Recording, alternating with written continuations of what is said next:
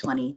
And on behalf of everyone at Simulations Plus, welcome to today's webinar, Early Assessment of PK Properties with the ADMET Predictor HTPK Simulation module, a high-throughput mechanistic PBPK approach.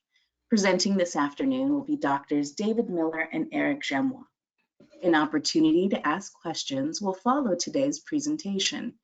You may send your written question using the questions pane on your control panel, or you may use the hand-raising icon on your control panel to ask your question directly. Please be sure to enter your unique audio PIN displayed when you join the call. This call is being recorded for playback on www.simulations-plus.com. Now, before we get started with today's presentations, we have a quick poll question. What is your primary role in your organization? We're going to give you about 30 seconds to answer. The DMPK scientists are coming in strong. We're glad you're here today. Few more seconds here. Shout out to the management who's joined today as well. And we are going to close the poll now. So we can see a fairly good spread of DMPK scientists, followed by some other people, and medicinal chemists are there as well. Great. Well, thank you everyone for joining us. Now it's my pleasure to introduce today's speaker, Dr. David Miller. Dr. Miller is Director of ADMET Cheminformatics in the Lancaster Division of Simulations Plus.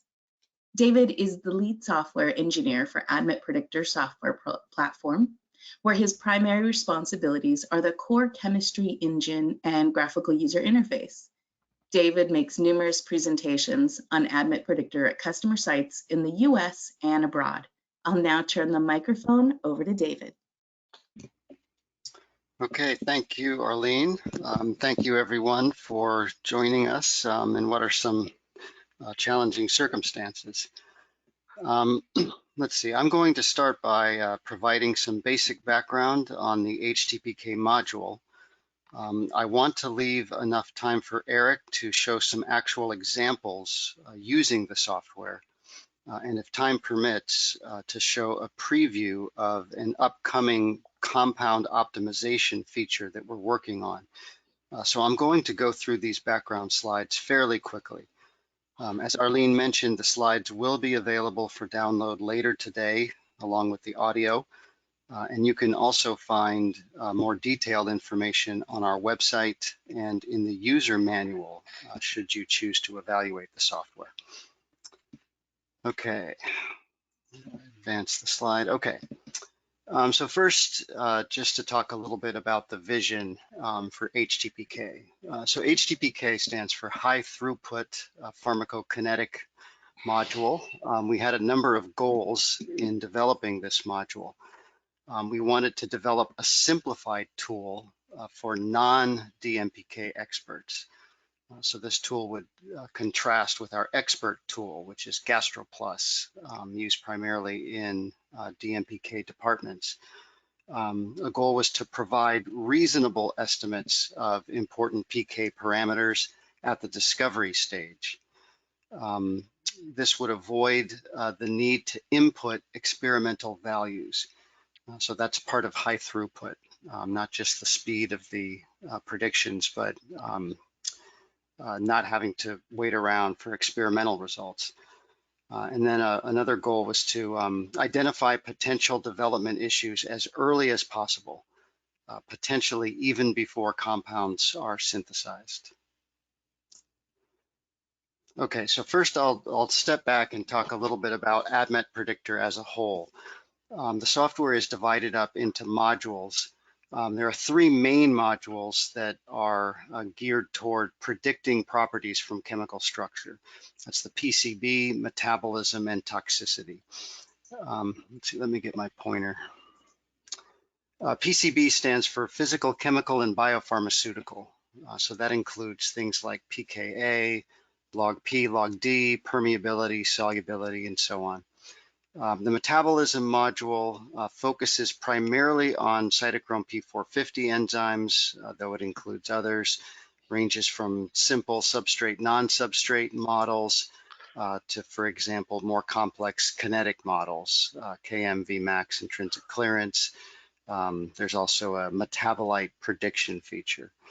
The toxicity module includes a number of different endpoints. Our HERG model and several AIMS models are included here. There is a MedChem module that contains a number of useful cheminformatics features shown here. The modeler component is what we use to build our commercial models here. It is also used by customers to build models using their own data. And those could be activity models or ADMET models. Now the HTPK simulation or module is different in the sense that unlike the other predictions, which are based on training data, so these are the other ones are statistical models, machine learning models that are built from experimental results. The HTPK module uses a mechanistic simulation. So I want to just take a minute to talk a little bit about the components of that simulation. So the model has two components. The first is called the ACAT model. ACAT is described down here. So this describes the transit of a compound through the digestive tract. The ACAT model divides the intestinal tract into a number of compartments that are parameterized. We have described this model many times, and it is the same model that is used in our GastroPlus software. Coupled with that model is what amounts to a compartmental model, and that is to describe the elimination of the drug from a central compartment. So there's a liver clearance component and a renal clearance component to that. So the overall model is represented as a series of time-dependent differential equations. By integrating over those equations, we're able to extract a number of parameters, such as fraction absorbed, fraction bioavailable, and the concentration of drug in various compartments as a function of time. Just to kind of zoom in on the HTPK outputs, here I've mentioned fraction absorbed and fraction bioavailable. There are a number of pharmacokinetic parameter predictions. We can show concentration versus time curves. There's a tool to check whether it is primarily permeability or solubility that is limiting absorption. There's essentially an optimization feature to estimate the dose that is required to achieve a certain target plasma concentration at steady state. And then finally, this actually is a statistical model, a major clearance mechanism. This is the ECCS system developed by Pfizer. So we actually use that Pfizer data to build a model to predict major clearance mechanism. This is included with an HTPK license, and it's also included in the PCB module. Let's see, there are some simplifications in the HTPK module. This is really relative to our GastroPlus software. So for example, gut clearance is not considered. Clearance is restricted to the liver. We do not model transporters, so absorption is passive, although we do model paracellular transport. Clearance is assumed to follow linear kinetics. So as an input, you provide an intrinsic clearance, not individual KM Vmax values. We do not consider enterohepatic circulation or biliary excretion. First order precipitation, that's a little simpler than how it's modeled in GastroPlus. For now, the dosage form is limited to immediate release tablet, and the physiology is limited to fasted adult human or rat. And we are internally discussing whether some of these simplifications should be enhanced, and I'll talk a little bit about that in a few slides. So this is what the interface looks like when you're running a simulation. So you start by making some selections and providing inputs. The species selection is either rat or human, as I mentioned. You specify one or more doses in milligrams, specify a intrinsic clearance and compound parameters such as log P or log D, solubility, permeability, and so on. These inputs can be experimental values if you have them, so that's similar to GastroPlus, or they can be predicted properties. If they are predicted, the default is to use predictions from ADMET Predictor. Although if you have your own models, you can use predictions from those models. And it's especially convenient if those are ADMET modeler models. Then your models will appear in the kind of drop-down boxes and you can select them directly. There are also some configuration files that are part of the installation, and they contain some additional parameters that you can adjust. One example is particle size. Okay, so in terms of validation, I'll start off by saying it is more difficult to validate a tool like this. It's more difficult to obtain quality experimental data. But we have benchmarked the tool against two well-known data sets, one for fraction absorbed, that's human, and another for fraction bioavailable. So here we've run the simulation using only predicted properties as the inputs. And then here we're plotting predicted fraction absorbed against observed, and same for bioavailability. Unlike in most of our statistical models, solubility, permeability, etc., here we're not using R-squared, for example, as a measure of performance, but rather looking at what percentage of the compounds we're able to predict within, say, twofold or 1.5-fold of the experimental value. And so you see for FA, we're predicting roughly 90% within twofold and about 83% within 1.5-fold. Not as good for bioavailability. Here it's about 81% within 2 and 68% within 1.5. This is obviously a harder prediction because here it's relying on our prediction of intrinsic clearance. So this is a very tough simulation to get correct.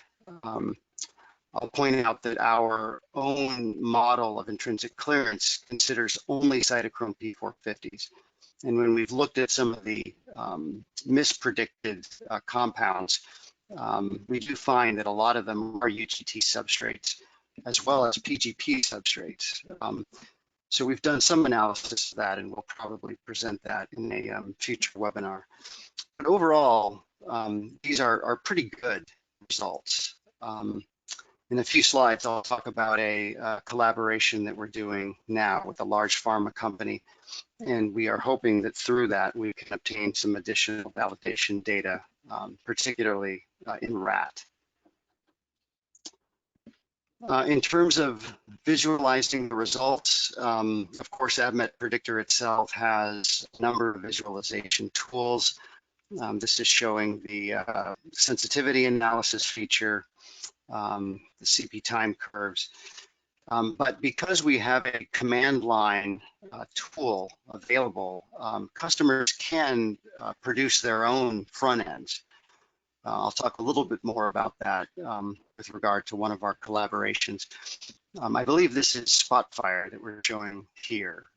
So a customer can, essentially call out to the command line version of ADMET Predictor and pull predictions back into whatever kind of interface they want. So we've seen Spotfire interfaces, web interfaces, etc.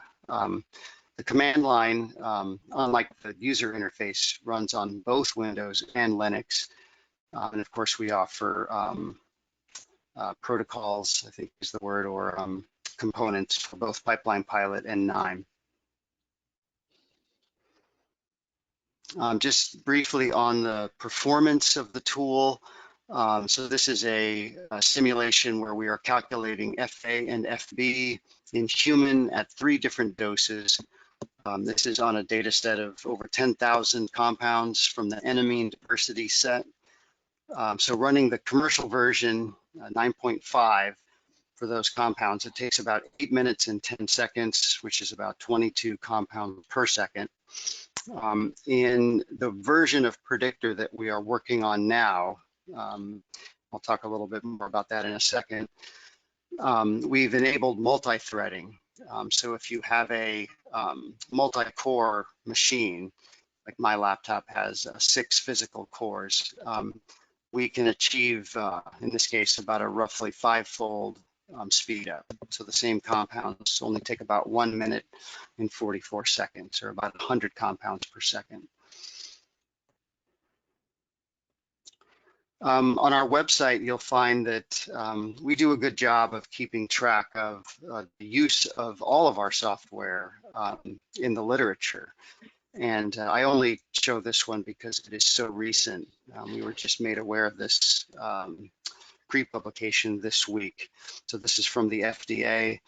I haven't had a chance to really carefully read the article yet, but it mentions the use of the dose optimization feature of our HTPK module.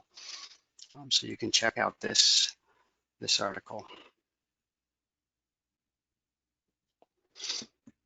Okay, I briefly mentioned ADMET Predictor X. So that's the version 10 that we are planning to release here in a few months this summer. I talked about the parallelized predictions. So that applies not just to the HTPK simulations, but to all of the model predictions in the software. We're working on what we call an evolutionary multi-objective compound optimization feature.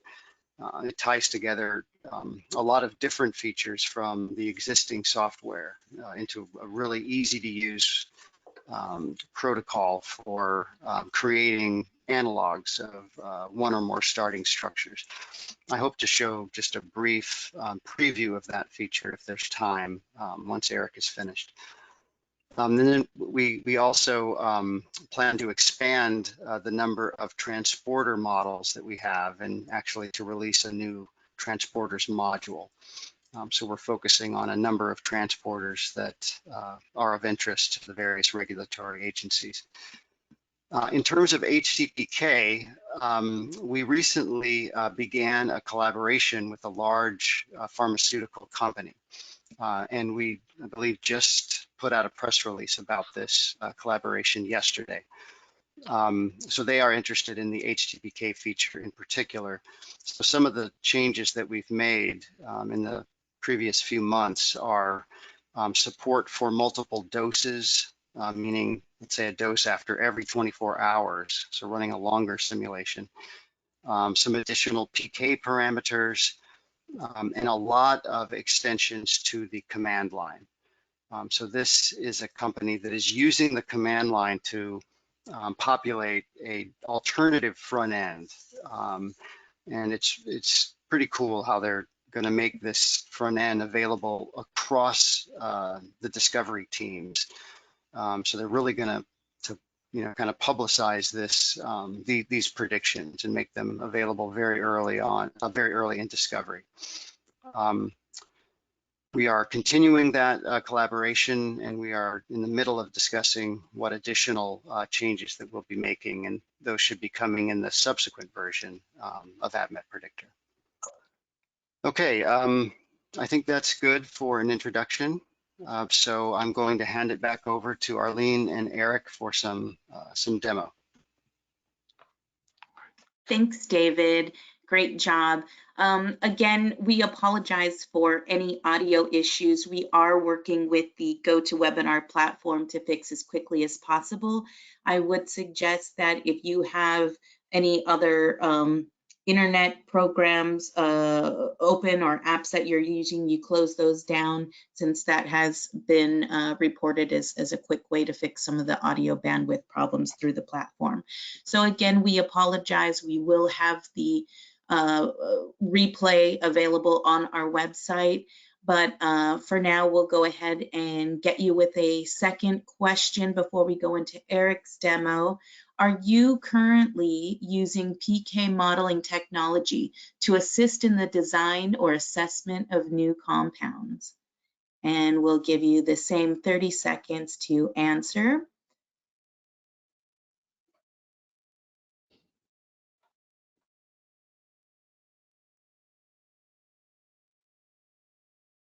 Closing in on 10 seconds to get your answer counted.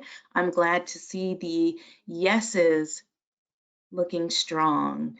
And now we're going to close our poll.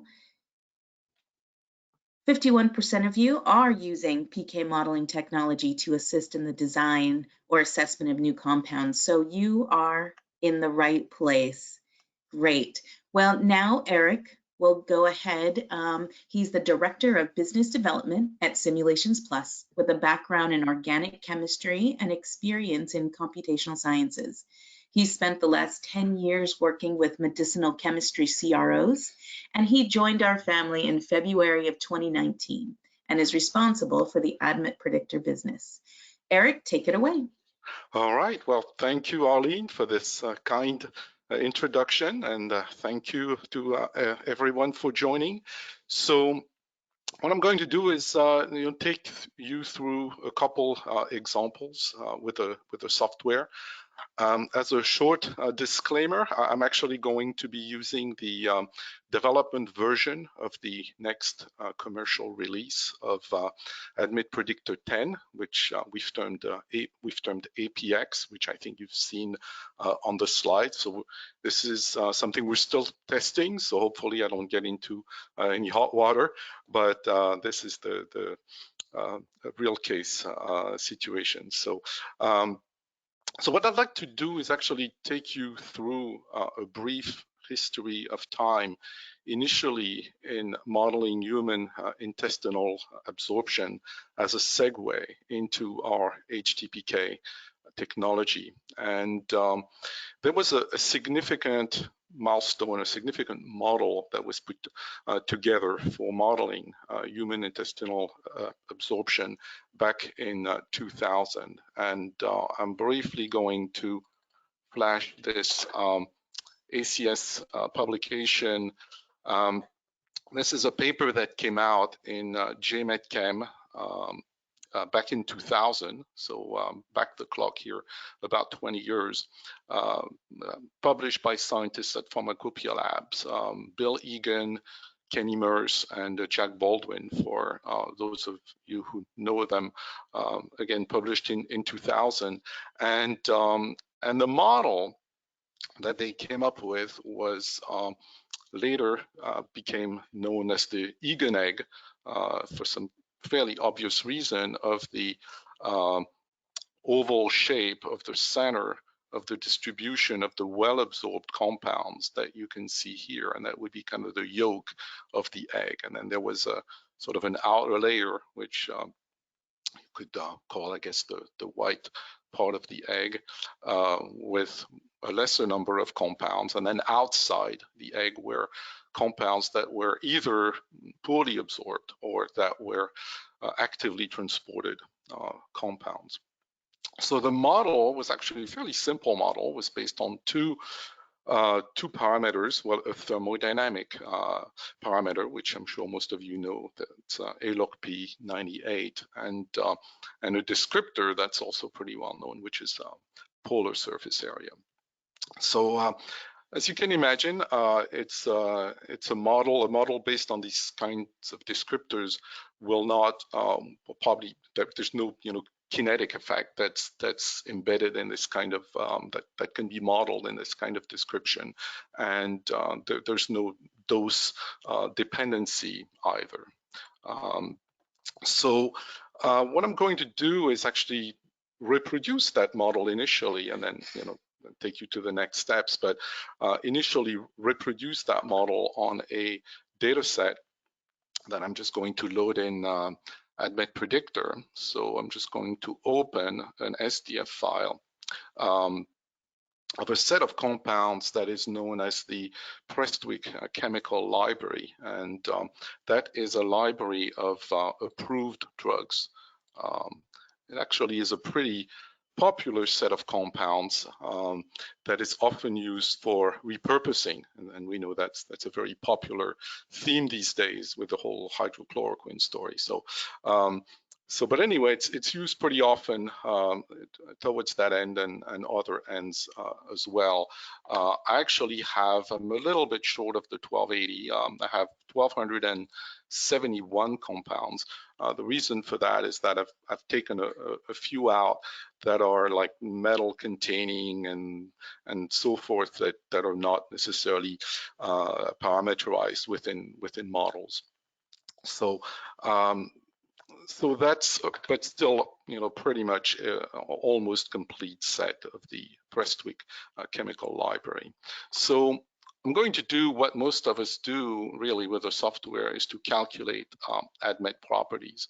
And you can either go with the full set or you can customize that. I'm going to actually customize and select a few properties to the ones that I need actually to reproduce that model. So the first one I'm going to take is absorption risk, which is our empirical model for absorption. And then take a couple of the S+ simulations plus descriptors, models. So our native solubility model, our effective permeability model, our log P, and I will also calculate our PSA model, PSA descriptor. So here we go. I've made my selection and go ahead and calculate these. So again, we're using the multi-threaded version that David described earlier. So this is a parallelized version of the descriptor calculation engine, which again takes advantage of the multi-threading capabilities. As David says, it's about a 4 to 6 time improvement on the previous version, depending on the hardware. The really good news is that our users will be able to use this on their current licenses. So you will be able to use what you have. There's going to be no upgrade necessary to benefit from this improvement. So the first thing I want to show you is in this chart over here. I can show you absorption risk, which is again is our empirical model. This, as you can see, most of the compounds are well absorbed, which you would expect from a set of approved drugs. There's no mystery there. So again, the first thing that I'd like to do with you is show you, reproduce that earlier egg model and then progress from there to our newer kinds of models.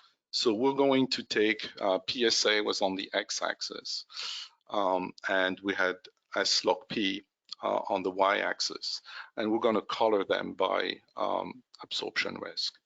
And so this is what we obtain, and I'm going to put the egg sort of side by side with it, and it's actually pretty interesting to see that there's a really nice match of what we reproduce with our empirical absorption risk model. So going to tell me, well, what's the big deal about this? Well, there's actually a lot of differences between the two. First of all, we're using a different data set, so that's number one. Number two, we're using a different implementation of log P. This was a log P 98. We're using S plus log P, which is our implementation in the ADMET Predictor platform. They were using PSA, which is a 3D descriptor. We're using TPSA, which some of you know is a sort of a tabulated fragment contribution based implementation of PSA. And the biggest difference is they're using experimental data. We're just using our absorption risk model, and yet we're able to reproduce pretty much exactly that model. So and we probably have some interesting paracellular compounds over here. That's pretty cool. But anyway, let's fast forward into the 21st century. So we're going forward 20 years now and see what we can do using mechanistic models to calculate these properties. So I'm going to show you now how you would set this up in HTPK, and again, jump into 21st century technology. So the way the calculation is set up is, well, David mentioned it earlier, but so we're going to calculate percent FA, which is fraction absorbed, percent FB, fraction bioavailable. We're going to use the default, which is 3 different doses, 1, 10, and 100 milligrams. Again, we have, you're beginning to see we have now a dose-dependent model here, which we didn't have before. We're going to use the human model.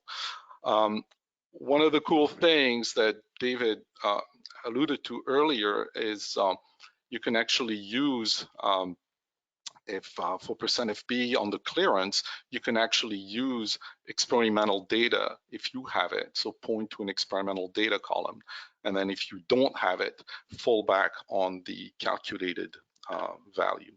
So I'm happy with this setup, so I can just click the run button, and you will notice it's about the speed that that David mentioned. It's extremely fast. I mean, it's pretty mind-blowing that you can do this in all of, I mean, this calculation in real time on 1,200 and almost 1,280 compounds. I mean, so so that's about 15 seconds or so to calculate. Again, we're doing 3 doses, percent FA, percent FB.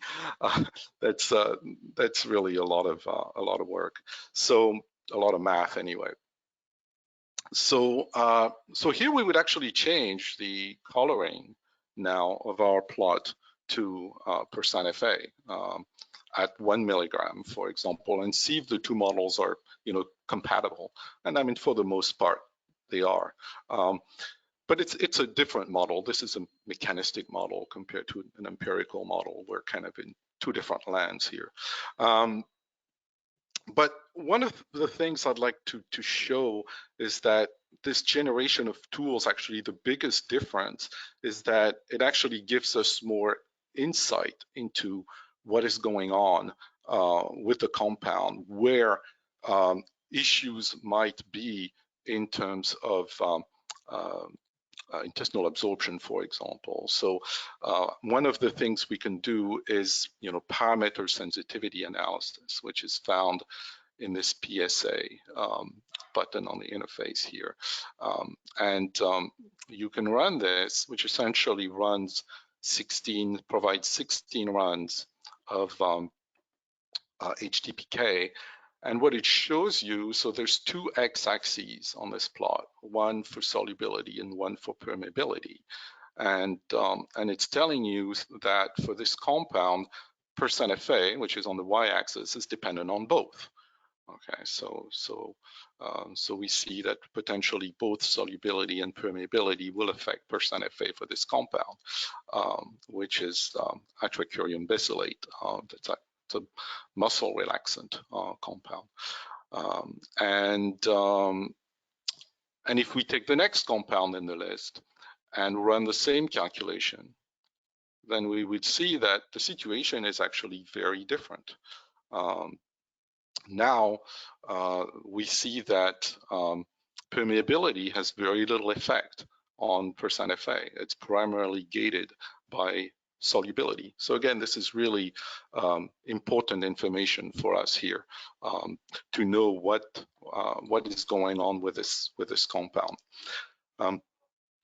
So as David mentioned, some of the calculations we can perform are CP time curves. So we can do time-dependent modeling, again, something that was not present in the previous model.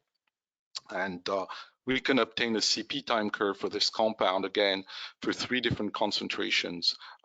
And again, it's almost instantaneous.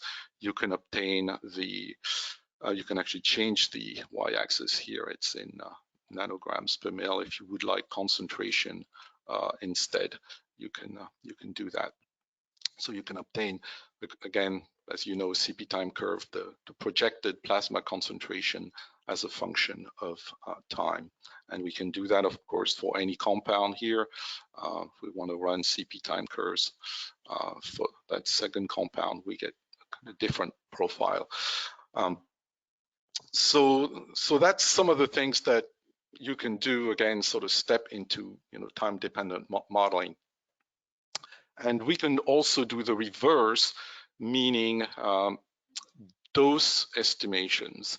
So ask, in a way, the reverse question: what dose would be necessary to obtain a certain plasma concentration for a given compound?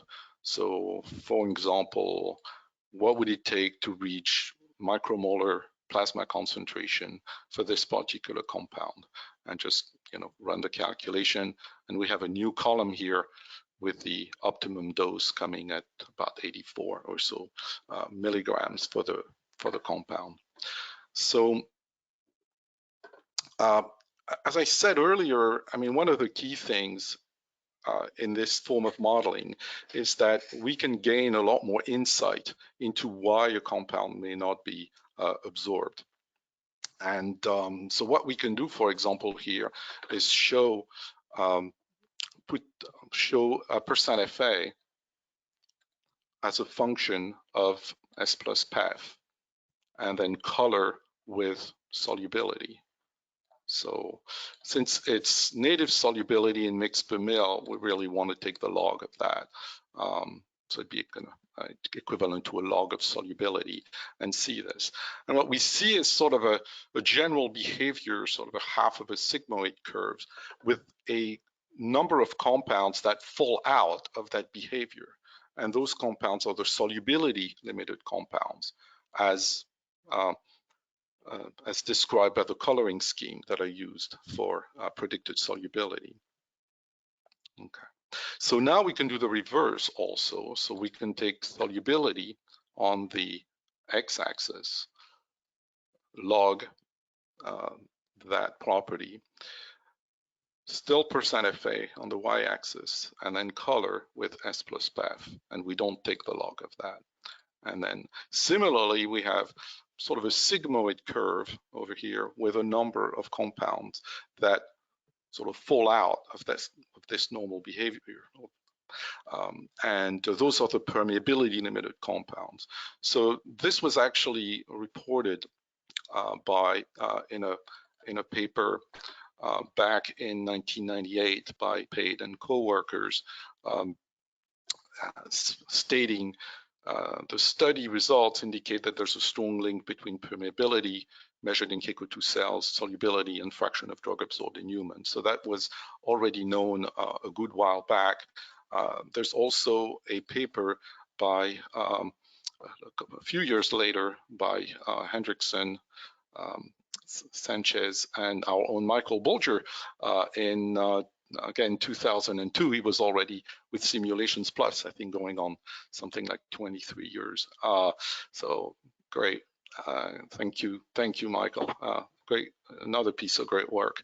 So and so that was also reported in that paper with a really interesting plot describing essentially 4 different classes of compounds. Class 1 of compounds that were gated by neither solubility nor permeability, a class 2 compounds that were solubility gated, a class 3 compounds that were permeability gated, and a class 4 compound that were essentially gated by both. So again, we are in a lower dimensionality here, just on a 2D plot, reproducing what was reported in these papers. So as I promised earlier, we do have a model that provides us with dose dependency. and we can totally show that. So what I'm going to do here is take percent FA for 1 milligram on the x-axis, percent FA for 100 milligram on the y-axis, and then color with solubility. So let's go ahead and do that. And what we see here on the diagonal, which has these green colored compounds, on the diagonal, we see compounds for which percent FA is dose independent. And under the diagonal, we get compounds for which percent FA is dose dependent. And to the extent that they are, the primary reason that they have a lower percent FA at the 100 milligram dose compared to the 1 milligram is most likely due to their poor solubility, as is depicted in the coloring scheme for the points. So we can also get simultaneous insight into percent FA and percent FB. That is also interesting, and here we see an entire spectrum of compounds. We would most likely be interested in, well, the majority of the compounds, again, those are approved drugs, are compounds for which we have a high projected percent FA, fraction absorbed, and a high projected fraction bioavailable percent FB. So again, the most interesting compounds are likely to be in this upper right quadrant of the plot. So that pretty much concludes what I wanted to share with you. I hope you found this walkthrough time and the walkthrough technology interesting. If you have any questions, we will be happy to handle in the Q&A session. Thank you for your time.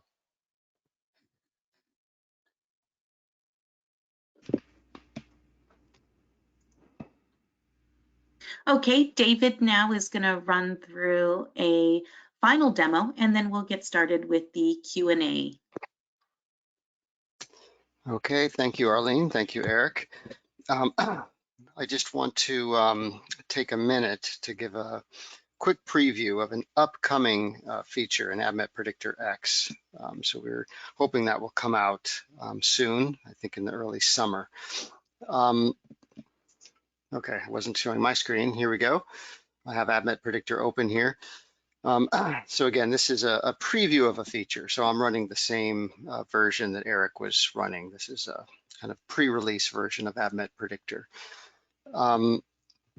So I think people who have ADMET Predictor now will be aware that there are already compound design features in ADMET Predictor. And a common workflow would be to take a lead structure, generate analogs using that those design features, and then predict their ADMET properties with our various models. But if you want to further iterate, take some of the analogs and modify them further, the process is a bit tedious. You need to do it manually, repeated rounds of analog generation followed by property prediction. So in the next version, we will have a more streamlined process. It's an evolutionary approach that combines the analog generation with the property prediction. You'll also be able to select upfront the properties that are of most interest to you, the ones that you want to optimize.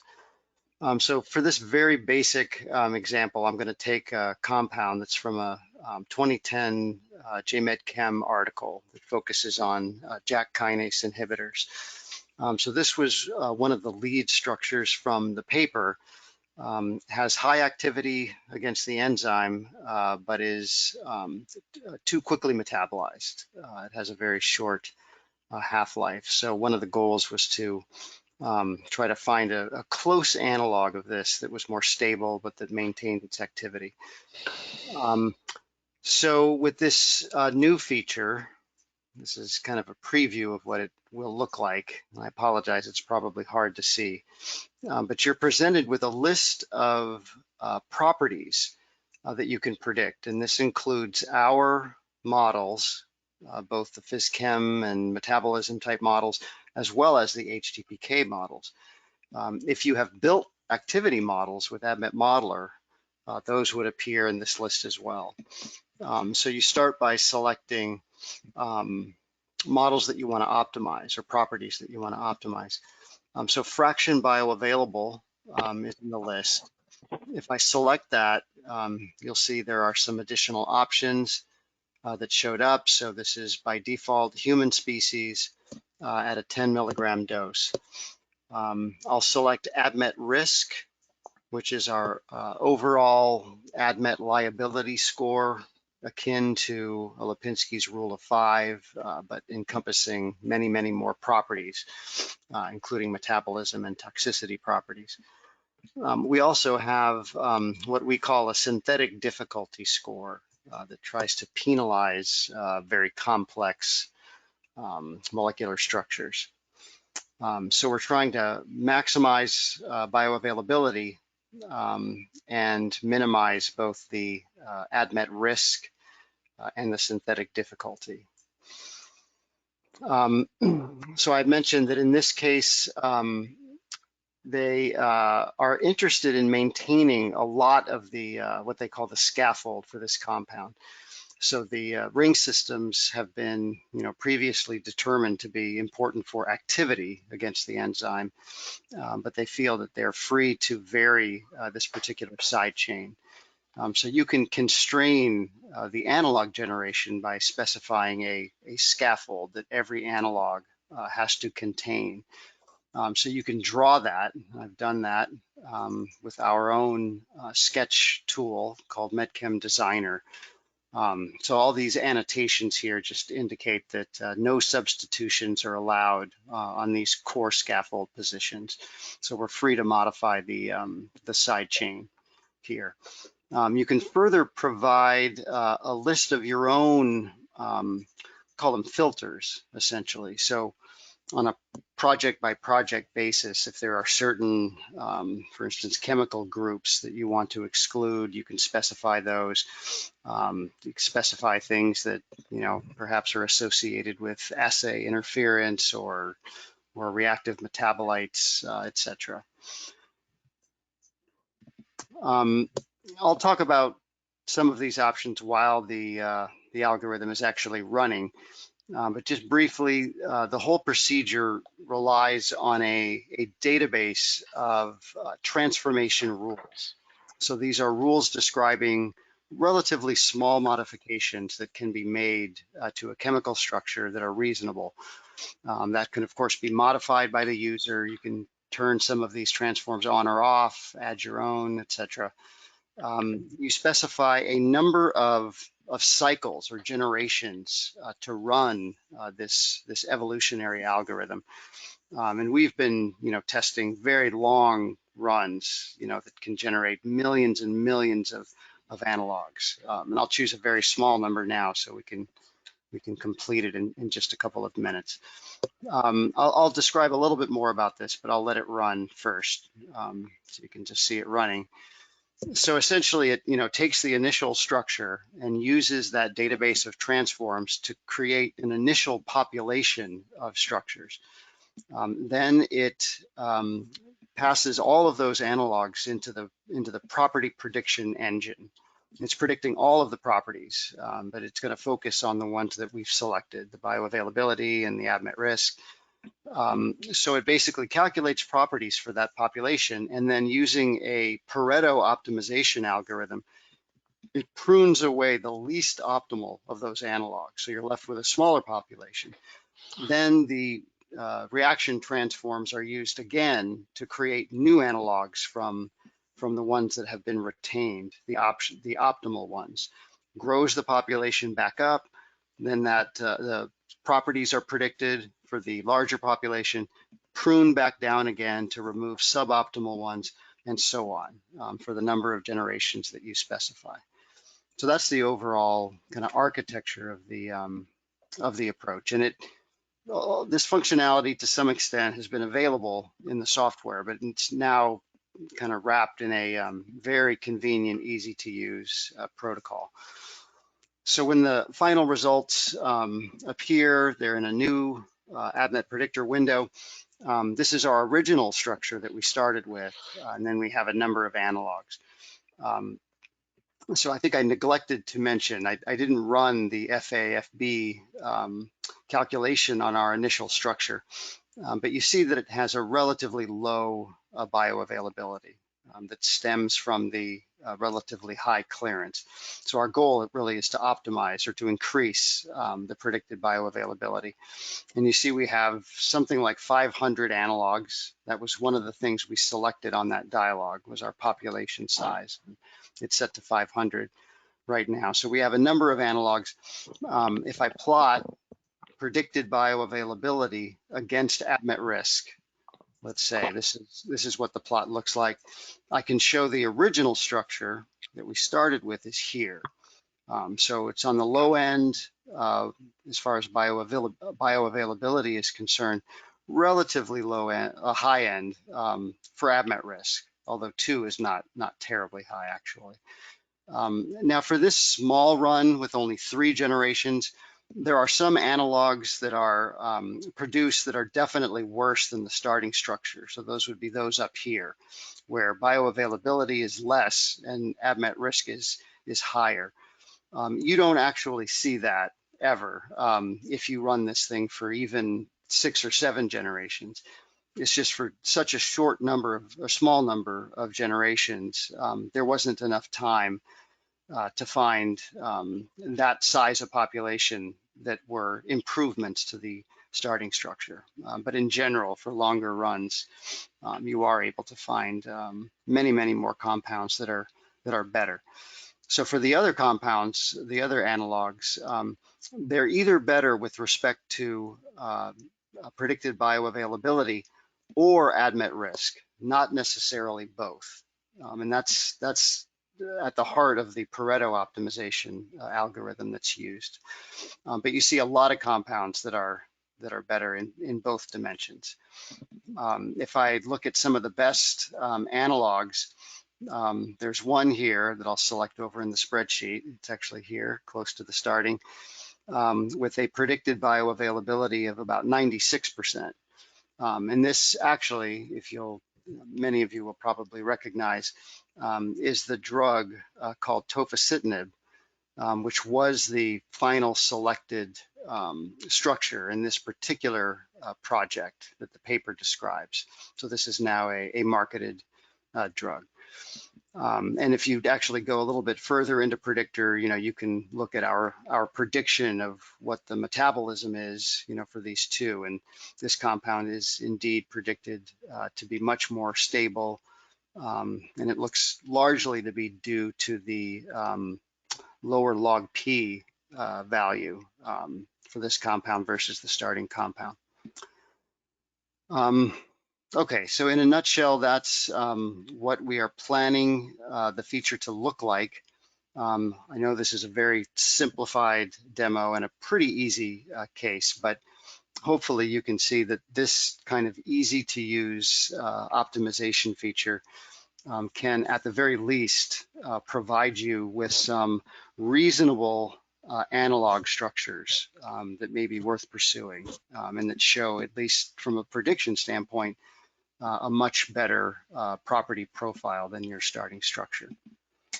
We will be, of course, doing a full webinar on this and the other APX features probably within a few months, if all goes well. Okay, but with that, I will turn it back over to Arlene, and we'll wrap it up and then take some questions. Thanks, David. We look forward to seeing more, that's for sure.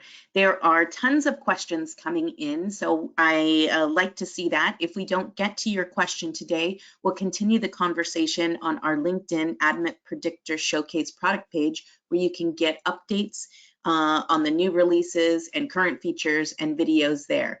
But now I'll turn it over to Eric, who will moderate the questions for today. Eric, go ahead. I was muted. So yes, thank you for submitting your questions. There's indeed a large number of them. We'll try to address as many as time allows. There was a question on the nature of the library, which I used to perform the demonstration.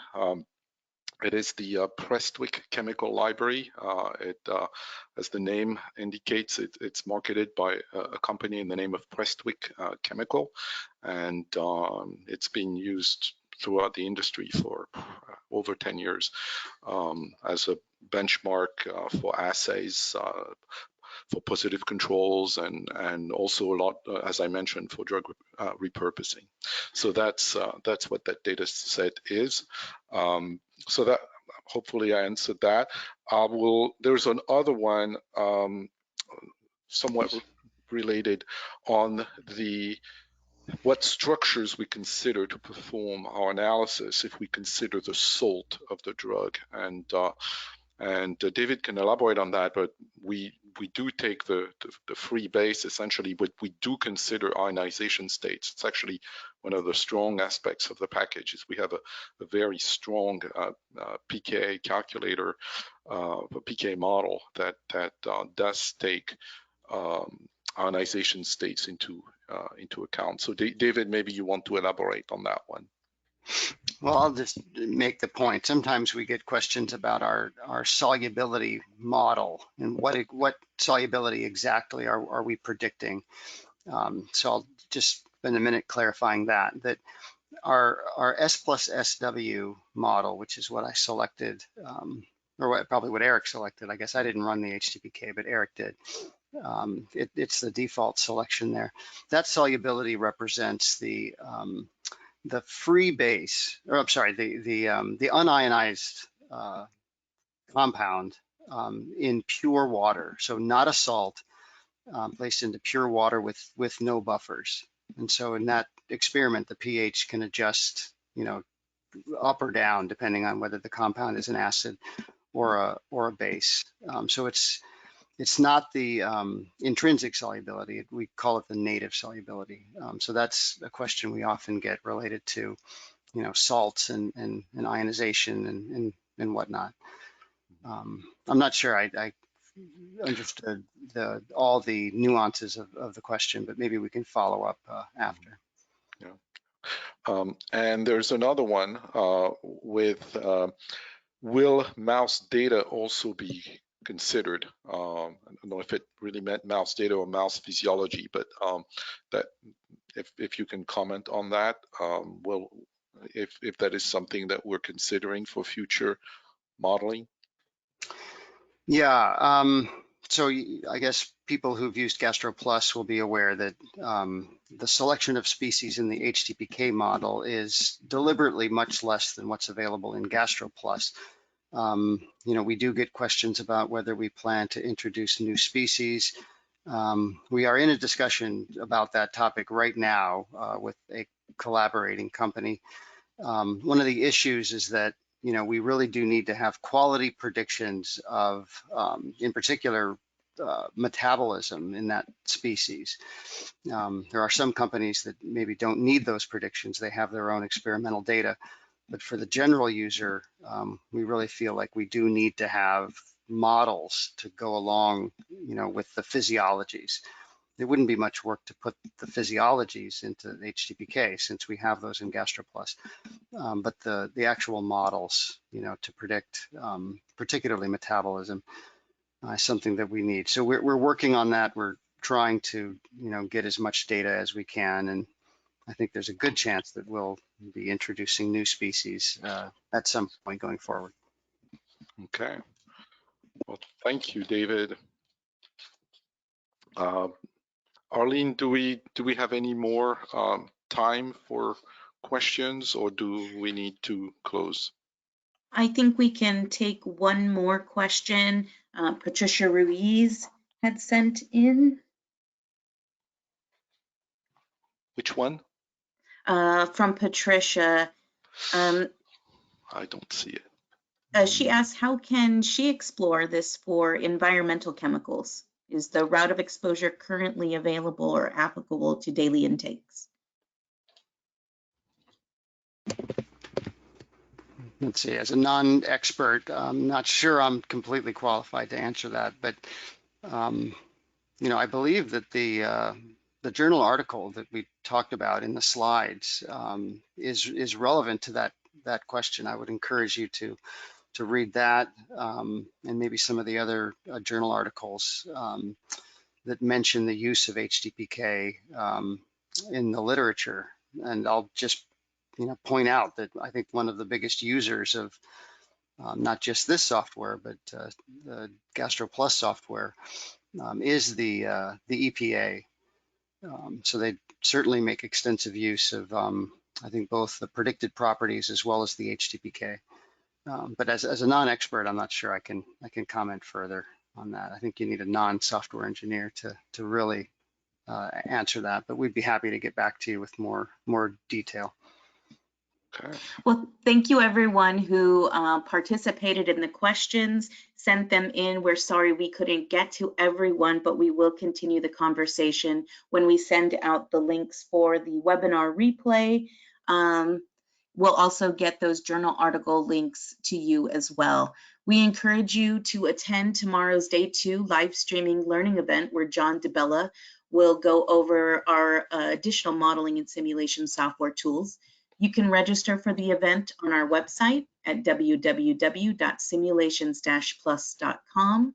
Thank you to Drs. David Miller and Eric Jamois. This concludes today's webinar. And again, if you missed any part of today's presentation, the replay will be available soon. Thank you for attending and have a great day.